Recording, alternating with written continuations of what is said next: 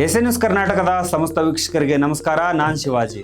Elon ಮಸ್ಕ್ನ ಟೆರಾಫ್ಯಾಬ್ ವಿಶ್ವದ ಅತಿದೊಡ್ಡ chip ಕಾರ್ಖಾನೆ. ಎಲಾನ್ ಮಸ್ಕ್ ಇದೀಗ ಮಾನವ ಇತಿಹಾಸದಲ್ಲಿ ಅತಿದೊಡ್ಡ ಖಾಸಗಿ ಚಿಪ್ ಕಾರ್ಖಾನೆಯನ್ನು ಘೋಷಿಸಿದ್ದಾರೆ. ಅವರು ಹೇಳುವಂತೆ ಪ್ರಪಂಚದಲ್ಲಿ ಈಗ ಉತ್ಪಾದನೆಯಾಗುತ್ತಿರುವ ಚಿಪ್ಗಳು ಅವರ ಅಗತ್ಯಕ್ಕೆ ಸರಿಯಾಗಿಲ್ಲ. ಕಂಪ್ಯೂಟರ್ ಚಿಪ್ಗಳು ಅಂದರೆ ಪ್ರತಿಯೊಂದು ಸ್ಮಾರ್ಟ್ ಸಾಧನೆಗಳ ಮೆದುಳು ಅಂತಾನೆ ಅರ್ಥ.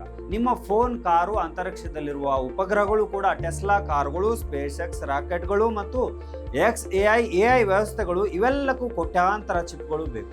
ಆದರೆ ಇವುಗಳನ್ನು ತಯಾರಿಸುವ ಕಂಪನಿಗಳು ಈ ಬೇಡಿಕೆಗೆ ತಕ್ಕಂತೆ ಉತ್ಪಾದನೆ ಮಾಡಲಾಗುತ್ತಿಲ್ಲ ಎಂದು ಮಸ್ಕ್ ಹೇಳಿದ್ದಾರೆ. ಪರಿಹಾರ ಏನು ಹಾಗಾದ್ರೆ? ಅದರ ಉತ್ತರವಾಗಿ ಅವರು ಟೆರಾಫ್ಯಾಬ್ ಎಂಬ ಭಾರಿ ಯೋಜನೆಯನ್ನು ಘೋಷಿಸಿದ್ದಾರೆ. ಇದು ಸುಮಾರು $25 ಬಿಲಿಯನ್ ವೆಚ್ಚದ ಕಾರ್ಖಾನೆಯಾಗಿದ್ದು ಆಸ್ಟಿನ್ ನಗರದಲ್ಲಿ ನಿರ್ಮಾಣವಾಗಲಿದೆ. ಈ ಕಾರ್ಖಾನೆಯ ವಿಶೇಷತೆ ಏನಂದ್ರೆ, ಒಂದೇ ಸ್ಥಳದಲ್ಲಿ ಚಿಪ್ ವಿನ್ಯಾಸ ಅಂದ್ರೆ ಡಿಸೈನ್, ತಯಾರಿಕೆ, ಬಿಲ್ಡ್, ಪರೀಕ್ಷೆ, ಟೆಸ್ಟ್ ಎಲ್ಲವೂ ನಡೆಯಲಿದೆ. ಇಂತಹ ಪೂರ್ಣ ವ್ಯವಸ್ಥೆ ಇರುವ ಕಾರ್ಖಾನೆ ಇಂದಿಗೂ ವಿಶ್ವದಲ್ಲಿಲ್ಲ. ಪ್ರಮಾಣ ಎಷ್ಟು ದೊಡ್ಡದು! ಪ್ರಸ್ತುತ ವಿಶ್ವದ ಎಲ್ಲಾ ಚಿಪ್ ಕಾರ್ಖಾನೆಗಳು ಸೇರಿ ವರ್ಷಕ್ಕೆ ಸುಮಾರು 20 ಗಿಗಾವ್ಯಾಟ್ ಕಂಪ್ಯೂಟರಿಂಗ್ ಶಕ್ತಿ ಉತ್ಪಾದಿಸುತ್ತವೆ.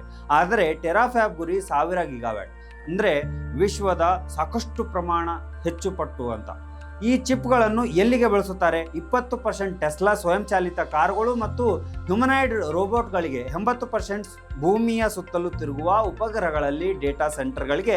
ತಜ್ಞರ ಅನುಮಾನ ಏನಂದ್ರೆ, ಮಸ್ಕ್ಗೆ ಚಿಪ್ ತಯಾರಿಕೆಯಲ್ಲಿ ನೇರ ಅನುಭವ ಇಲ್ಲ ಅಂತ. ಒಂದು ಅಡ್ವಾನ್ಸ್ ಚಿಪ್ ಫ್ಯಾಕ್ಟರಿ ನಿರ್ಮಿಸಲು ಸಾಮಾನ್ಯವಾಗಿ 3 ವರ್ಷಕ್ಕೂ ಹೆಚ್ಚು ಸಮಯ ಮತ್ತು $28 ಬಿಲಿಯನ್ ವೆಚ್ಚ ಬೇಕು. ಮಸ್ಕ್ ಹಿಂದಿನ ಕೆಲ ಯೋಜನೆಗಳಲ್ಲಿ ಸಮಯ ವಿಳಂಬದ ಇತಿಹಾಸವಿದೆ. ಅಂತಿಮವಾಗಿ ಈ ಯೋಜನೆ ಯಶಸ್ವಿಯಾದರೆ ವಿಶ್ವದ ತಂತ್ರಜ್ಞಾನ ನಿಯಂತ್ರಣದಲ್ಲೇ ದೊಡ್ಡ ಬದಲಾವಣೆ ಆಗಬಹುದು. ವಿಫಲವಾದರೆ ಇದು ಸಿಲಿಕಾನ್ ವ್ಯಾಲಿಯ ಇತಿಹಾಸದಲ್ಲಿ ಅತಿ ದೊಡ್ಡ ದುಬಾರಿ ಪಾಠವಾಗಬಹುದು. ಈ ಬಗ್ಗೆ ನೀವೇನಂತೀರಿ? ಕಮೆಂಟ್ ಮೂಲಕ ತಿಳಿಸಿ. ಇದೇ ರೀತಿಯ ವಿಶೇಷ ವಿಡಿಯೋಗಳಿಗಾಗಿ ಎಸ್ ಎ ನ್ಯೂಸ್ ಕರ್ನಾಟಕವನ್ನ ಸಬ್ಸ್ಕ್ರೈಬ್ ಮಾಡ್ಕೊಳ್ಳಿ, ಫಾಲೋ ಮಾಡ್ಕೊಳ್ಳಿ. ನಮಸ್ಕಾರ, ಧನ್ಯವಾದಗಳು.